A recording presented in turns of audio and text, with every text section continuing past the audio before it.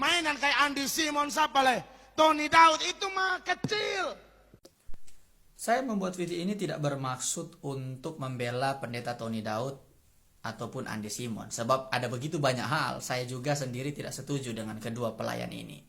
Namun yang menarik bagi saya melihat etika berkhotbah pendeta Mel Atok. Bagi saya sangat tidak etis dan tidak elok menyebut dua nama secara eksplisit dengan tendensi mengoreksi pelayanan orang tersebut. Apalagi dalam konteks berkhotbah di jemaat lokal dan disiarkan melalui YouTube. Bahkan dengan tidak segan-segan menggunakan kata-kata mainan pendeta Andy Simon dan Tony Daud itu kecil. Jadi pertanyaannya, apa yang dimaksud mainan pendeta Tony Daud dan Andy Simon itu kecil? Jadi kalau melihat di cuplikan khotbah yang tadi, itu merujuk kepada pelayanan dari pendeta Andy Simon dan Tony Daud. Dengan standar yang sama, kalau saya boleh mengomentari pelayanan pendeta Mel Atok, khususnya dalam hal berkhotbah, sebenarnya tidak jauh berbeda dengan pendeta Andy Simon dan Tony Daud.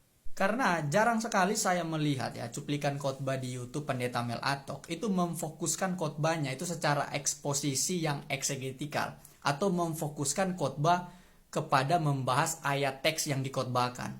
Sehingga ayat teks itu bukan hanya diketahui oleh jemaat, tetapi jemaat itu pulang dan paham apa maksud dan tujuan, arti makna secara mendalam dari teks tersebut.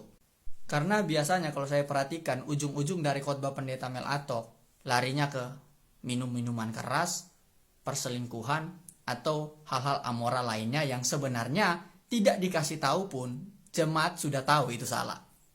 Bahkan soal kedalaman wawasan teologi pun sebenarnya beliau bukan orang yang mengendalami bidang teologi secara mendalam. Ya maklum, dia adalah seorang gembala sidang atau pemimpin sebuah gereja. Karena kenapa saya mengatakan seperti itu? Ada begitu banyak tanggapan yang dia lakukan seputar isu-isu teologi. Itu argumentasinya tidak dibangun berdasarkan literatur-literatur yang beliau sodorkan. Tetapi hanya mengacu kepada saya setuju dengan pendeta A, saya setuju dengan pendeta B. Itu sebabnya dalam kita berkhotbah, kalau kita memfokuskan perhatian kita kepada teks Alkitab yang hanya membahas tentang Yesus, maka dalam keseluruhan waktu kita di dalam berkhotbah, kita tidak akan punya waktu membahas yang lain selain daripada Yesus. Jadi mari fokuskan mengkhotbahkan tentang Yesus saja.